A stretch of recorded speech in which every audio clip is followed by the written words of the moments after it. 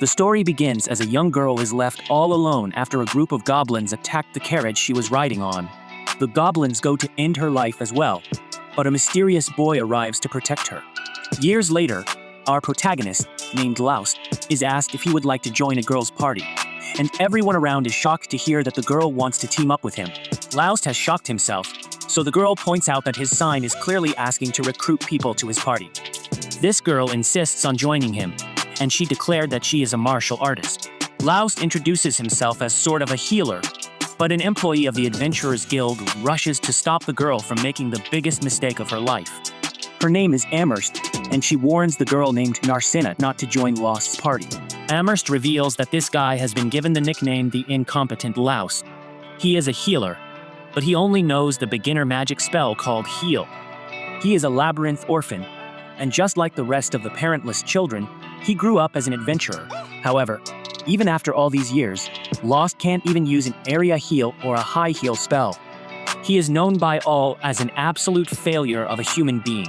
Despite all this, Laust managed to join a party called Lightning Sword. That is, until recently, when he was kicked for not being able to use detoxification magic. Everyone knows how incompetent he is, so no one ever invites him to join their parties. Amherst warns that Narcina will never be able to make any money if she parties up with Laust, but Narcina reveals that she already has plenty of money. Amherst panics when she sees how much cash Narcina is just carrying around, and she explains that most of the adventurers in this town are gangsters. Everyone looks pretty menacing, so Amherst tells Narcina to never show such large amounts of money. Narcina graciously thanks her, and Amherst can tell that she is pretty new to this whole adventuring thing. Amherst offers to introduce Narcina to a nice beginner's party, but the little girl says that she will have to charge Narcina for her services. Narcina surprisingly rejects the scammer because she has been wanting to join Laust's party for a really long time. Laust and Narcina go to sign some papers to make the party official, and Narcina stares a hole right through Laust's skull. She admires him a lot for some reason, and she's relieved to finally meet him again. The little weirdo is startled when Laust asks her to sign her name, but she gathers herself. Laust pays the guild fee, and their party is now official outside. Laust explains that no one has ever explored the deepest part of the Marmot Labyrinth.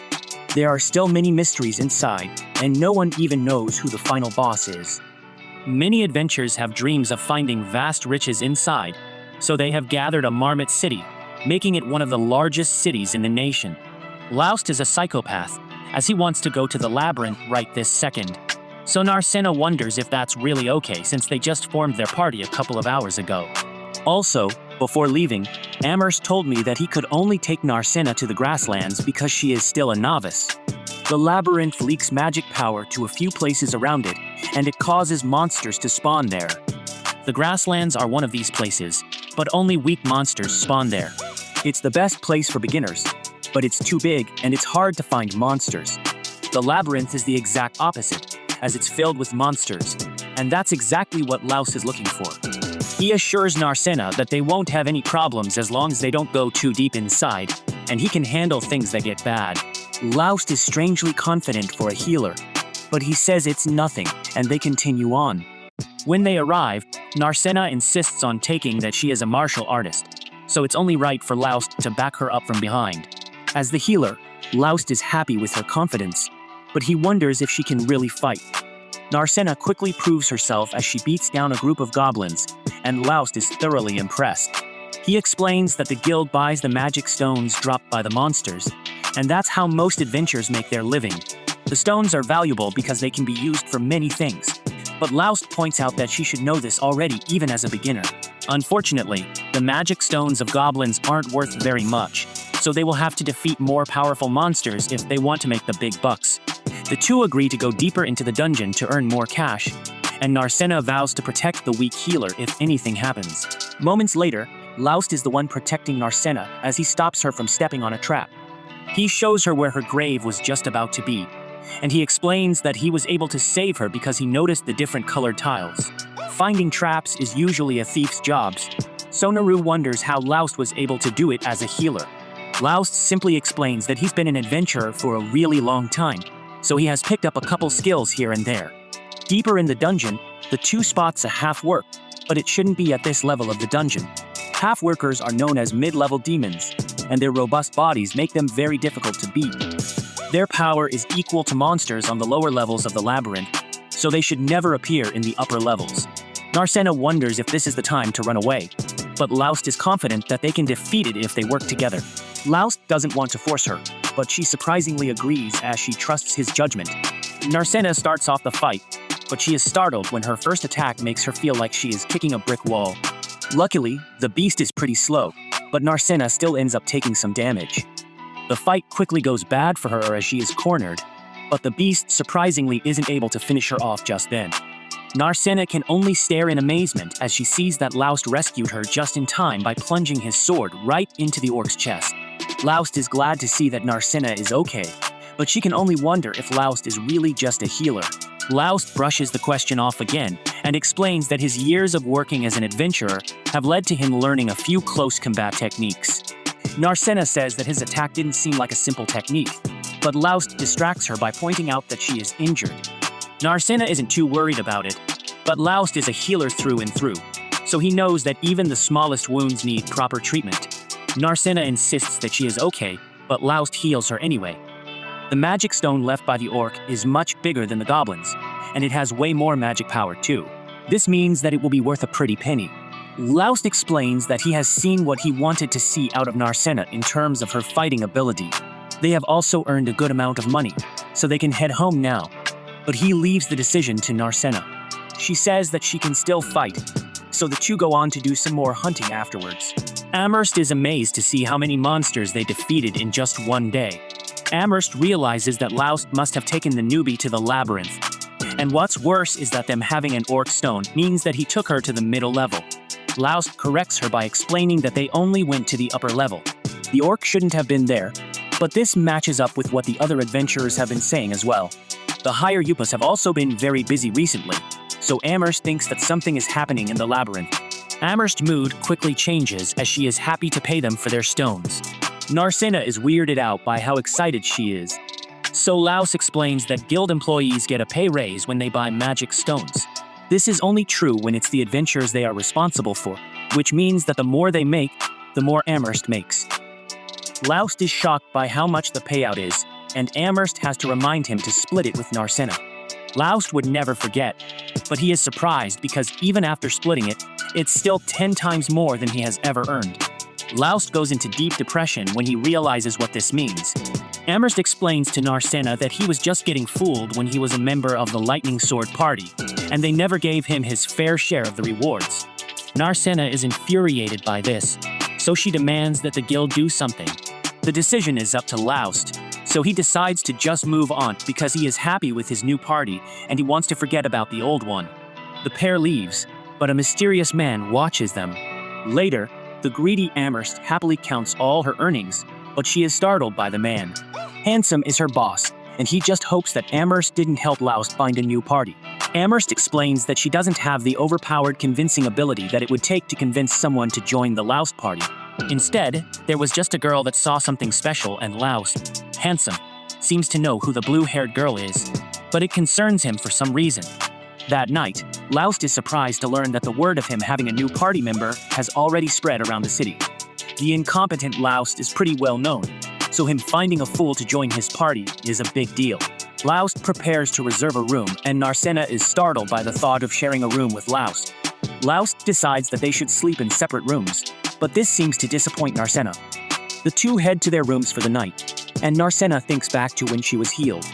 It turns out that Narcena was the girl in the carriage, and thus was the guy who rescued her. She was thankful after he healed her, but Laust apologized for not being able to do more. Narcena was strangely positive, even though I'm pretty sure that the goblins ended the lives of everyone else who must have been in the carriage. She didn't seem to care, and just vowed to become an adventurer. Narcena wanted to join the last party one day, and she promised to protect him.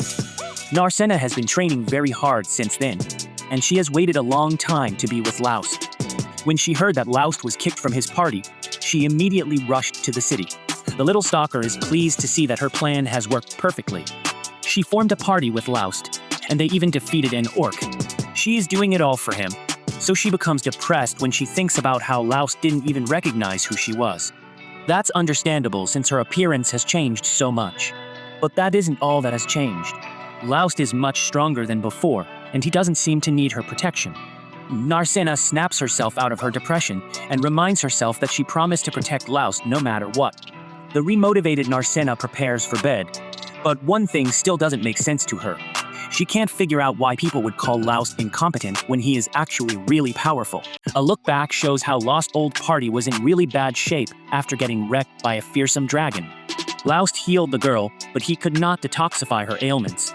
He assured her that the poison would go away if she just rested for a bit. But this just upset the girl. The party began to fall apart because the leader needed them in the fight, but the girl was in no shape to battle. The group continued to argue because Laust told them that they would need antidotes, but they couldn't afford any. The leader called Laust a useless piece of trash, and he told their mage to attack with all the magic she had. Her fireball only infuriated the terrifying beast, so the leader became frustrated by how incompetent the entire team was. He realized that no one would be able to lead a group of losers, so he retreated while recommending that everyone else do the same. The mage immediately took off, and Laust helped the injured girl. Afterwards, Laust was kicked from the Lightning Sword Party. He took all the blame for them failing to defeat the Hydra, and he was kicked for being a flawed healer. Laust pointed out that they actually failed because they were all partying the night before, but this just led to more arguing. The leader decided that the maid would choose who was at fault, but she was intimidated, and the blame was put on Laust. Back to the present, Laust wakes up and thinks about how that wasn't the first time something like this happened to him. 6 years ago, Laust's title as the most incompetent healer had already become well known. However, Laust never gave up on wanting to become a great adventurer, a party he offered to let him join, so Laust eagerly accepted. Unfortunately, it turned out that they didn't need a healer at all. What they wanted was living bait to attract the attention of monsters. It's common for a labyrinth orphan like Laust to be used as living bait, but he wasn't even good at that, and the party was eliminated. Laust always hated pain and despised death, but when he saw a young girl in danger, he put all that aside. Till this day, Laust isn't sure why he went to help her. He fought the goblins the best he could, but he eventually got knocked out. When he woke up, Laust realized that he was not the one that saved the girl. It was a group of knights, and this meant that he was still an incompetent person. However, this was not how the little girl saw things. She thanked Laust because if it wasn't for him, then they wouldn't have survived long enough for help to arrive. Laust healed her, but the girl was horrified to hear how poorly he was treated. Her sympathy made her cry for Laust, and she decided something. She vowed to become an adventurer herself so she could team up with Laust and protect him. The girl was from a noble family, which meant that she could never be an adventurer. Laust knew this well, but her words still encouraged him, and he decided to continue trying to become a great adventurer. He eventually found a teacher and started training. He only learned the most basic healing techniques, but he also acquired many other essential skills for adventurers. Eventually, Laust gained confidence that he had become a great adventurer, and this is when he joined the Lightning Sword. Laust credits the little girl because her words kept him from giving up on becoming an adventurer. He just thought about her now because he was thinking about giving up again after getting kicked from Lightning Sword. Laust is glad that he didn't give up because then he never would have met Nauru. Laust and Narcina come to see him, and the two go to get breakfast. After that, they head to the labyrinth, where they plan to go even deeper inside. They arrive at a teleportation service, and it's Narcina's first time seeing one. Every labyrinth has one, and Nauru wonders if it can send them anywhere. Unfortunately, Laust must tell the clueless girl that teleportation circles can only take them to other places with the teleportation circle. Narcina thinks that teleportation circles should just be set up directly inside towns, but she realizes that this would make it easier for monsters to attack people. Laust must correct her again, as he explains that monsters can't even use teleportation in circles. The reason teleportation circles aren't in towns is because the skill required to create them was lost hundreds of years ago, and there is no one that can make new ones. The two use the teleportation circle, and they arrive in the middle level of the labyrinth. The monsters that appear here are very powerful, so they will have to be careful. They eventually run into some monsters, but Narcina's attack doesn't work. Laust explains that it's because she is fighting a lynch, and it doesn't actually have a physical form. It's a type of monster that transformed from a spirit, so physical attacks are ineffective against it. Monsters like this will be tricky for people like them who can't use magic, so he thinks they should run. Narcena refuses though because she is confident that she can defeat it. The two come up with a plan, so Laos gets the lynch's attention and lures it towards Narcena. With extreme training, some humans can manipulate the power of keys in their bodies. Martial artists like Narcena, who have practiced for years, are able to do this. This key allows the user to even attack spirits like the lynch. Narcena uses this technique and absolutely destroys the lynch. The two heroes celebrate, but Narcena is hurt. Laos uses the magic tool that enhances healing effects, and he heals Narcena. The magic stones found by adventurers eventually end up in the hands of craftsmen, who turn them into magical tools. The lynch they just double-teamed has left the magic core, and Narcena wonders how much it will sell for when they return to the guild. Amherst is once again amazed and grateful for the stones that our pair have brought her. After receiving a surprising amount of money, the duo heads back into town. They stumble upon a large argument, and Laos explains that a lot of adventurers have been getting into altercations recently. Lots of troublemaking adventurers have been showing up, and it's starting to disturb the peace of the town. Laos determines that there's nothing they can do about it, so they should just splurge on a fancy meal. Their waitress wonders if Laos can really afford such an expensive meal, but he just tells her to pipe down and get him some beer. Narcena wants to indulge as well, but a child waitress explains that they don't sell alcohol to minors. As they feast, Narcena decides to ask about something she has been wondering. She saw a really tall structure in the town, but it has no entrance or windows. It doesn't look like a monument, and there are actually several in town. Laos doesn't know what they are either, but he did ask some of the townspeople before the craftsmen told him that they are the ones building it, but not even they know what it is. What's even more strange is that no one knows who the client is that is paying for it. The blueprint for the structure and the payment was brought by an agent, and even behind that agent was another agent. There are a string of agents involved, which makes it very clear that the person behind it all does not want to be found. The structures aren't really bothering anyone, so the people don't really question it. Laos thinks that they should be making a city wall instead, but Narcena likes the city better this way. Laos points out that they are vulnerable to an invasion, but Narcena surprisingly says that there is no need for protection. There are more adventures in this town than any she has ever seen before, so thieves and monsters would have no chance during an invasion. Later, the two had to sleep for the night.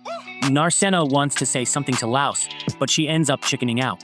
Narcena thinks about how she wanted to share a room with him, but she just can't get herself to tell him. Laos, meanwhile, thinks about how nice it is to be a team and end up with someone. He wonders if the girl he met years ago will show up, but either way, he credits her for helping him get this far as an adventure. The next day, the leader of the Lightning Sword introduces a new healer to the team. The girl introduces herself, but the others aren't very enthusiastic. The leader is extremely positive, and he declares that they will surely be able to defeat Hydra this time. Elsewhere, an ominous man is told that someone called the Sleeping Beauty is in a certain town. Handsome is the one giving this information, and he reveals that the Sleeping Beauty has teamed up with Laos. The man is concerned because they are running out of time, so Handsome must kick Lost out of the city immediately. I appreciate you viewing my anime recap.